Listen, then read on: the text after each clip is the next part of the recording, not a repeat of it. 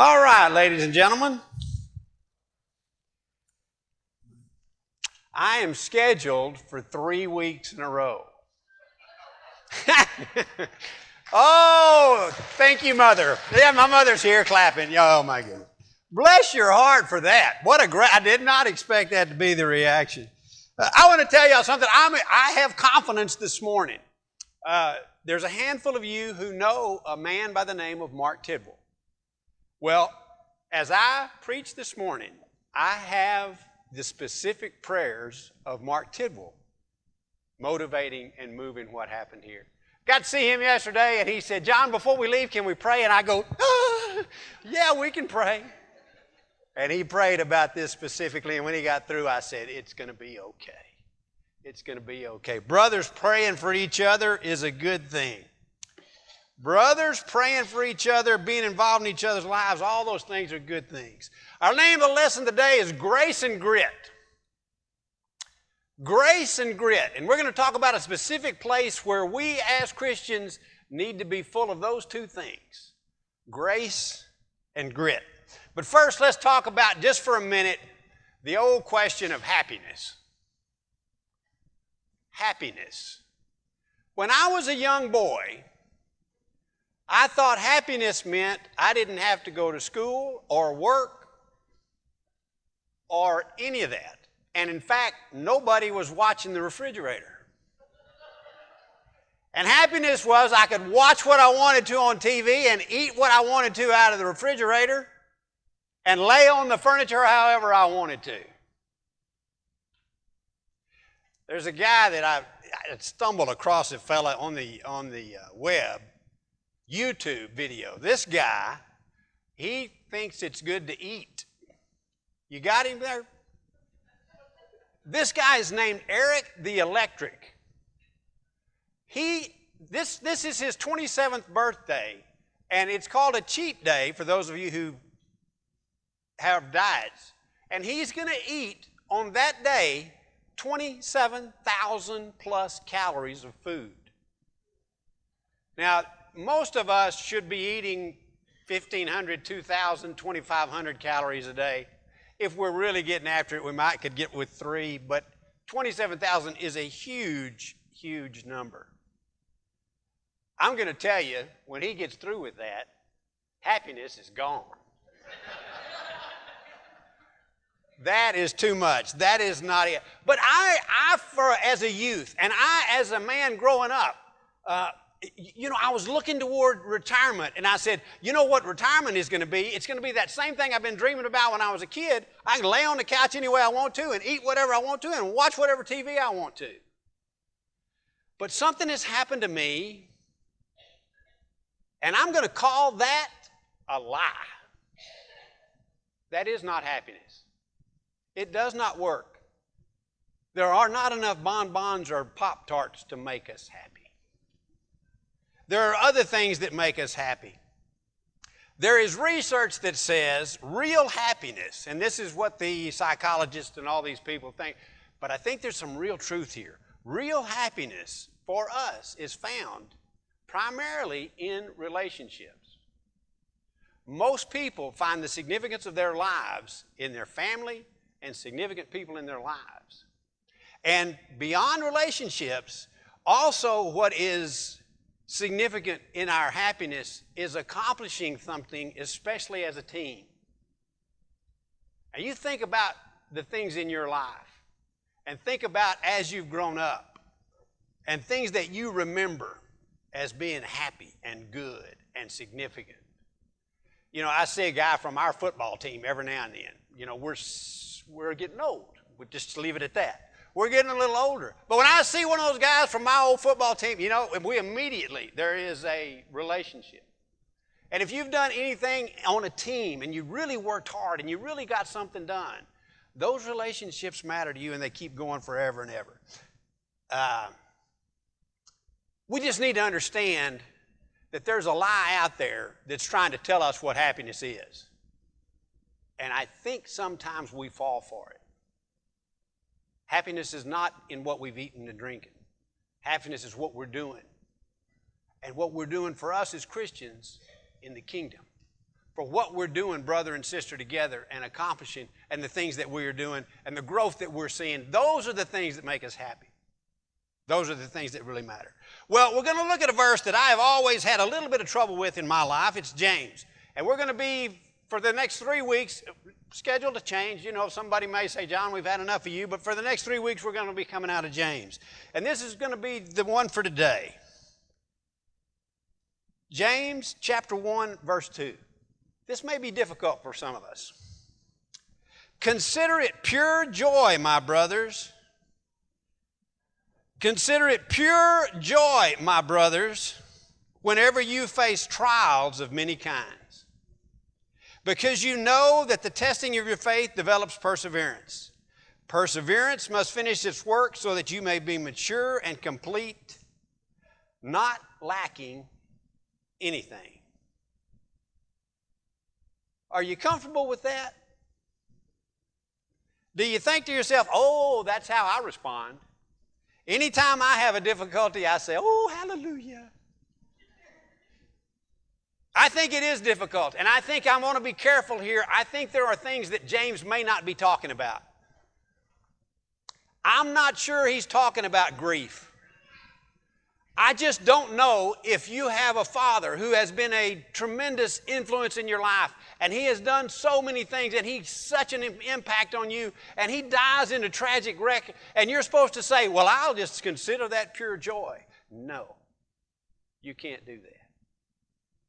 And I'm not going to get in line at the Holocaust and tell the Jews, well, everybody in line here is fixing to be poisoned and then burned and forgotten forever.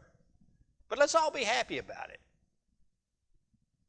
And I've known of some cancer deaths where someone has gotten something like pancreatic cancer. And all that's happened is they got the diagnosis and they got worse.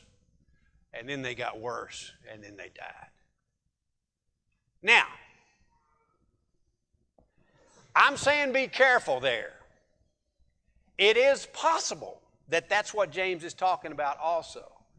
But for me, externally, when I'm dealing with somebody with those trials, I need to be extremely careful to say, consider it joy. You know, God's got a plan. No, maybe he doesn't. Maybe he doesn't have a plan yet for this, those kind of things. One of the things about that, you know, many of you know that I've had both hips replaced and I have rheumatoid arthritis. Now, for me, I look on that diagnosis and those hip replacements as pure joy. Well, the actual operation wasn't pure joy, but it has helped me. It has. John Walker 2.0 after that is better than John Walker 1.0. Now, some of y'all may be thinking, I'm ready for 3.0. Come on, move on along. But it has helped me. It has made me understand some things. It has made me a better person. I'm going to tell you a humorous story, and I think God said, John, you need a good illustration this morning. I'm going to help you out. I have a hard time with some trials. There are some of you like Wayne Enlow who can fix things. I'm so envious of that. Let me tell you what happened at my house yesterday evening. We get into my wife's car, and we're going to go over to my mother's and take her some fruit, and the car won't start. So, my wife knows better than to say, honey, get out and fix it. So we take the pickup, and as I'm sleeping in the night, I'm thinking, John, you're going to be talking about trials. You're fixing to go out there in the garage, and you're going to do a great piece of work. It's a little difficulty, and you're going to show them that it's not a big problem, full of joy, fix her up, here we go. This is a kind of humorous story, kind of. I get out there, and I realize I don't have my tools. Pam's still in bed, so I get in the pickup and go up to work. I got my tools at work. Well, I get all my tools and gather them up, and I think, I don't know if I've got everything I'm supposed to have. So I come back, and I can't get the tool. It's metric, of course. And I say to my wife, somebody has stolen my good set of sockets. And she turns like this and says, here they are.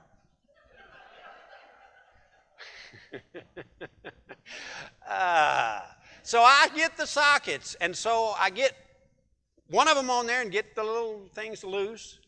And then I get a second socket, and I'm ready to take another one off that'll get those things out of there, and I'm going to be able to get the battery, and I'm going to be fixing it. I'm going to go new battery. It's going to be all good. And I drop the socket.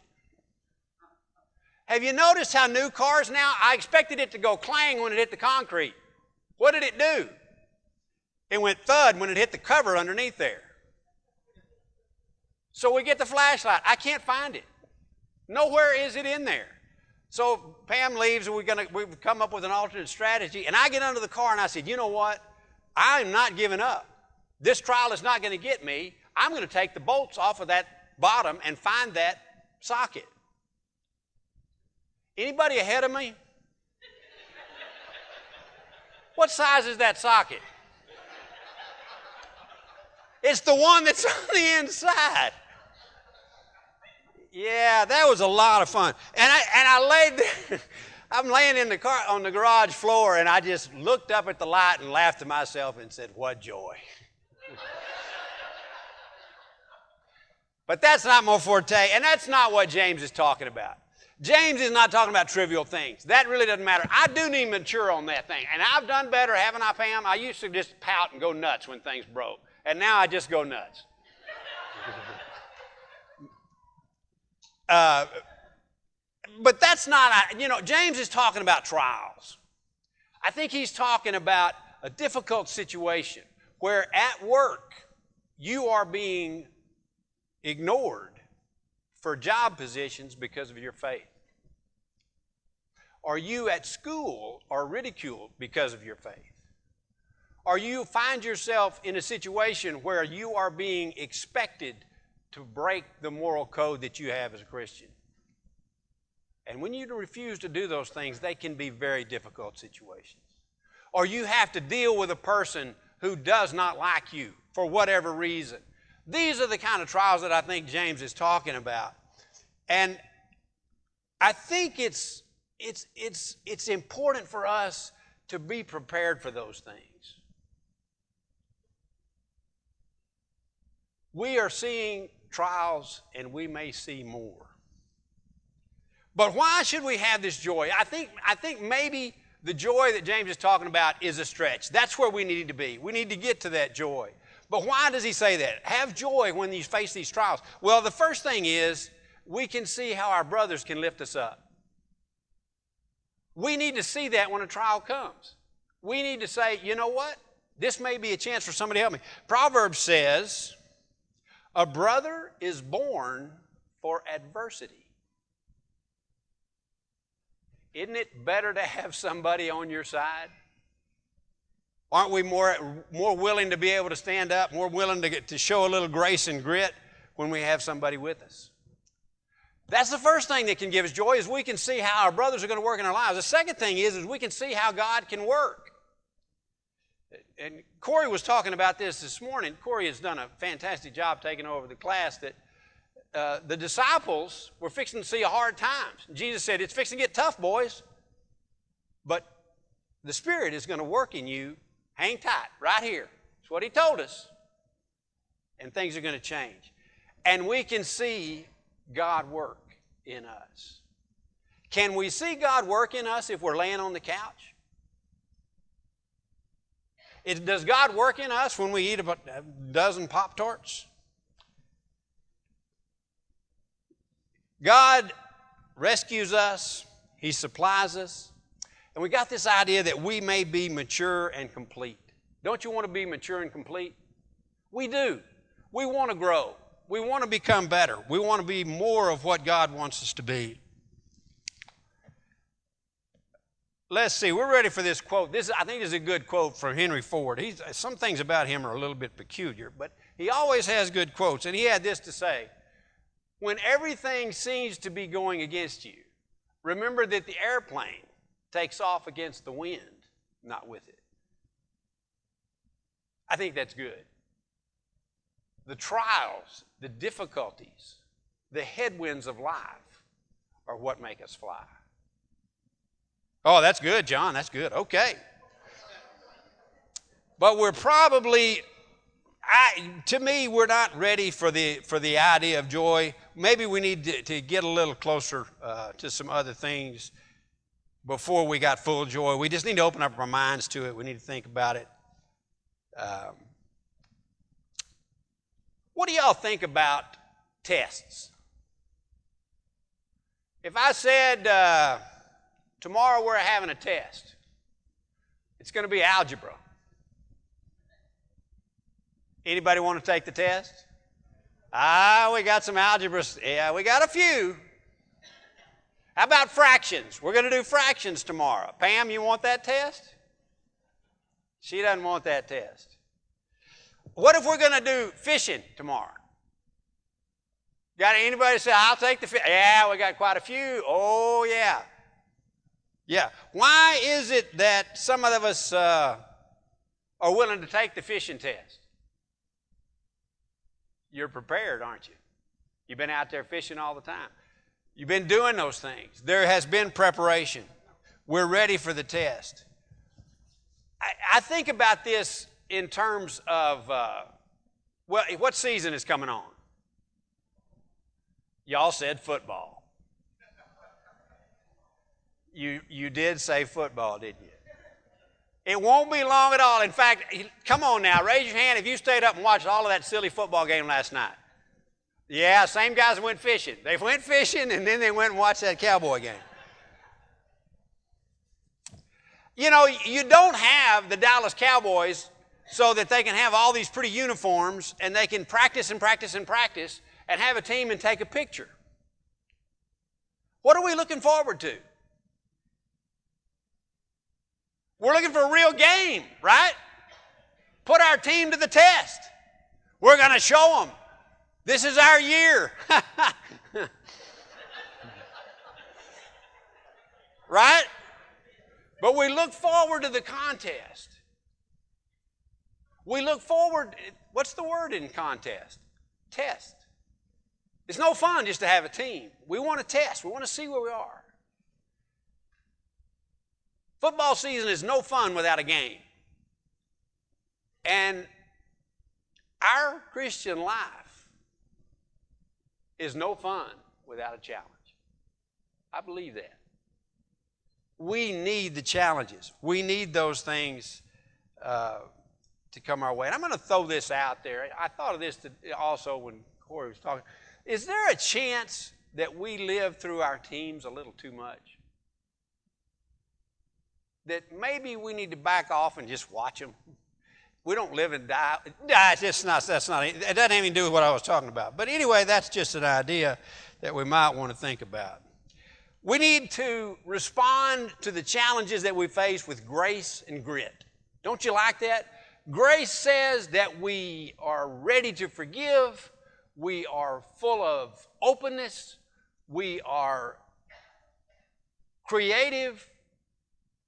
We're willing to listen. We give every opportunity. And grit says we don't give up.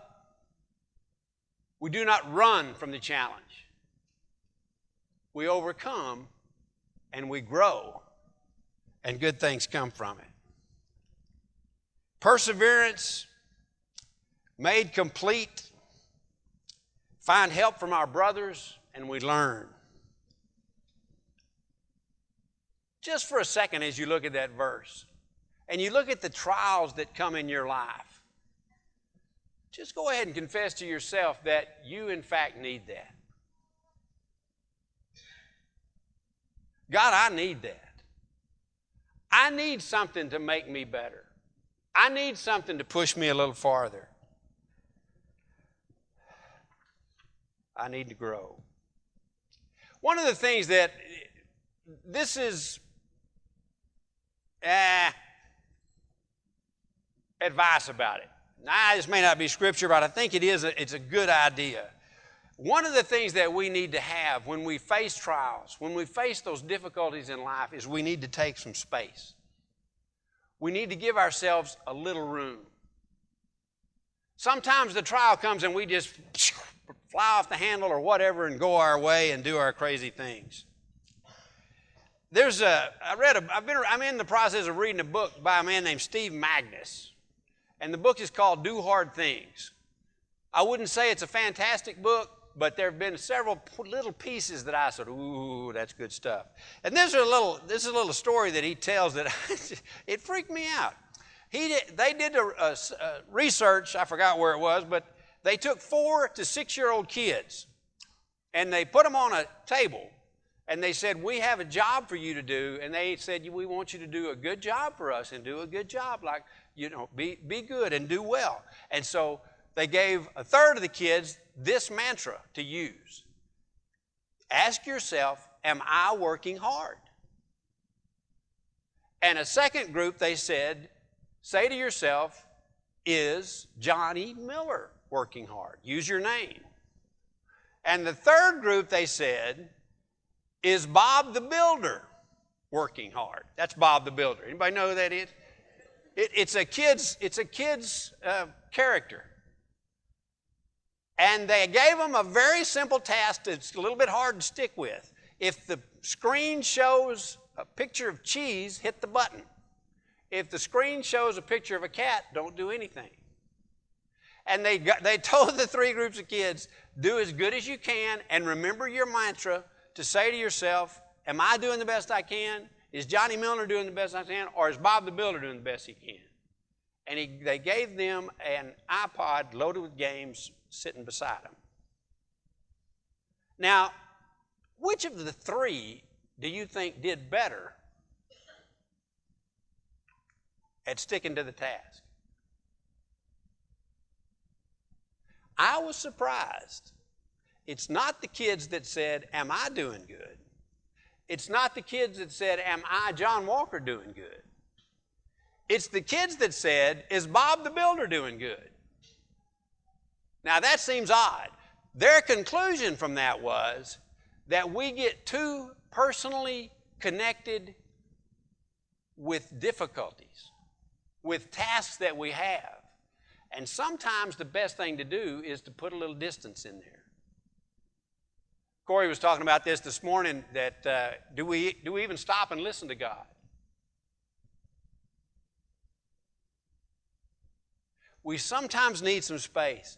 When the trial comes, when the car won't start, I went to bed and took a lot of space.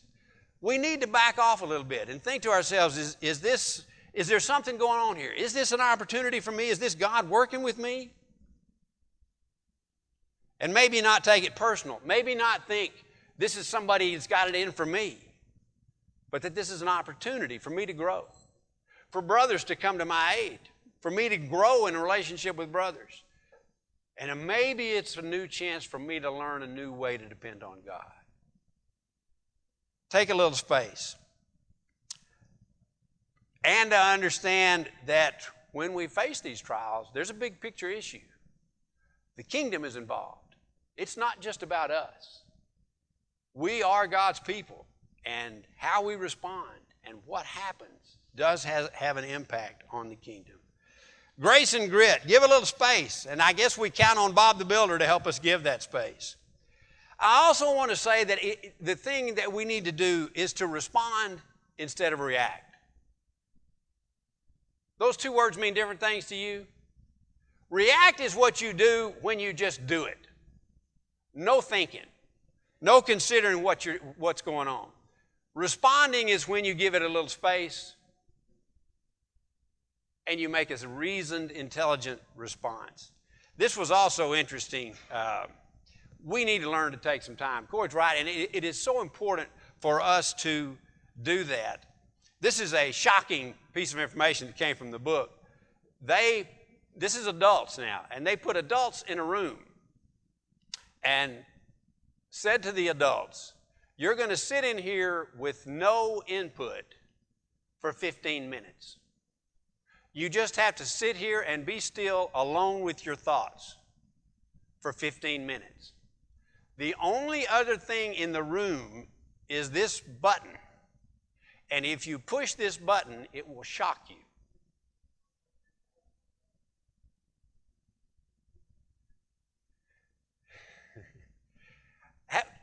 Does anybody want to confess they would push the button? I thought that was odd because I had trouble with the car. You should see me with electricity. Yeah, I'm not touching that stuff with a 10-foot pole. Interesting thing about this, 67% of the men hit the button. And 25% of the women. And one guy hit the button 600 times. Does that not seem peculiar?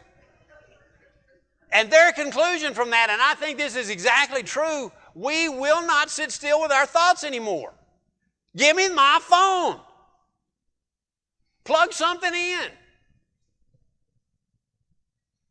But I think it is really important for us when we think about the trials that come our way, not to react, but to respond.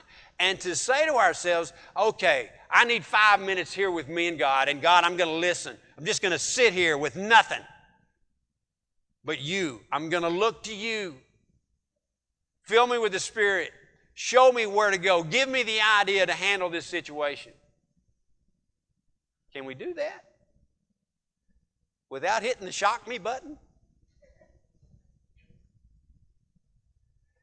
We need to open up our minds to these things. I just know that we tend to, in this day and age, when a trial comes, we tend to want to avoid it.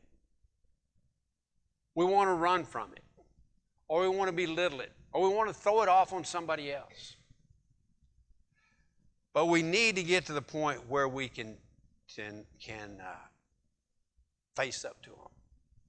Let them make us better. Let them make us find a teammate that can help us go through it. Let us lean on God and learn new ways that God can help us and strengthen us. You know, they say that 94% of the people talk to themselves. And 25% actually use words. And that's a lie. Y'all all talk to yourself. Do you? Come in here. I talk to myself all the time. And I thought, surely not. Everybody talks to themselves. But the point is, 94% of people, they do have an internal conversation. And everybody knows that they have that internal conversation. And I think that may be the place we need to start. We may not vocalize it and say, God, I see a trial coming.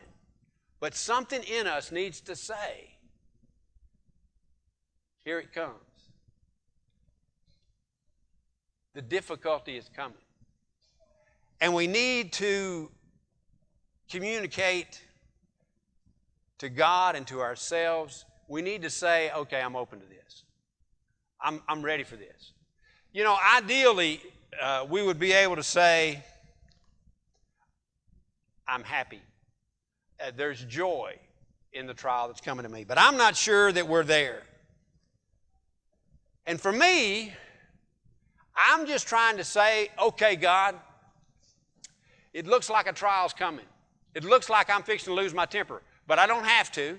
I don't have to get in a tizzy about this. I don't have to go nuts. I'm open. I'm open, God. I'm open to the remote possibility that you've got a plan for me here. I think if we can get there, that's a good thing. To open up our mind to say, I understand how God works, that for me to get better as a person, for me to be more important and more useful in the kingdom, I've got to be able to face the difficulties, and I've got to be able to overcome. And if you can't do that, we've got to at least open our minds to the possibility today. Today, every one of us must say to God, I understand that it is possible that a trial will come that you have in mind for me, God, and I think I can do it. And with your help and my brother's help, I can respond in a decent way. We just need to open our minds up to that. Open our minds to that just a little bit more. And if you're already past that and you're ready to be joyful about it, let's go ahead and move on without me because I'm still struggling.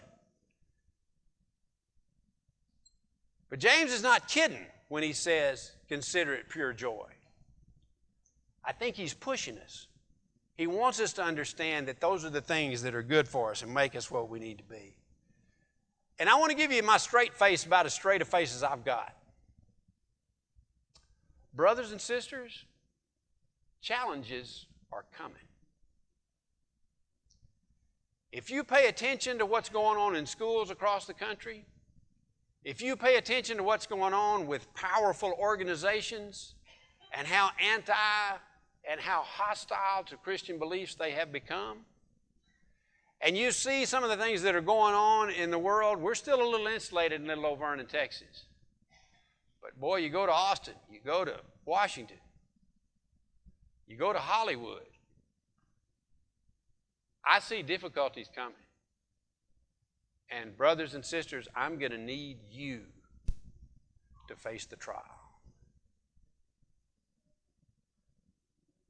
And I'm going to need you to say, John, come help me.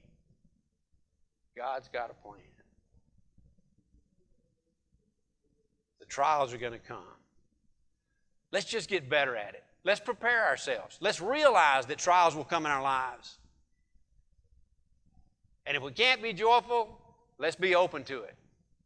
And let's let God work in us, make us better, make us all what we need to be.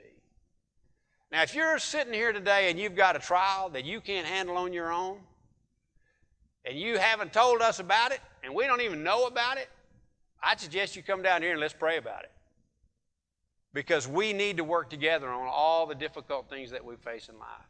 And I want to say that specifically. If you're dealing with something that you're having a hard time with, man, that's why we're here. We are designed by God to help each other in this situation. And if you're running from trials, maybe you should run down here and say, okay, God, I'm a runner, but not anymore. I'm going to open myself up. I can get better, and it'll take a trial to make me better. If there's anything we could do, any way that you need to respond, come while we stand and sing.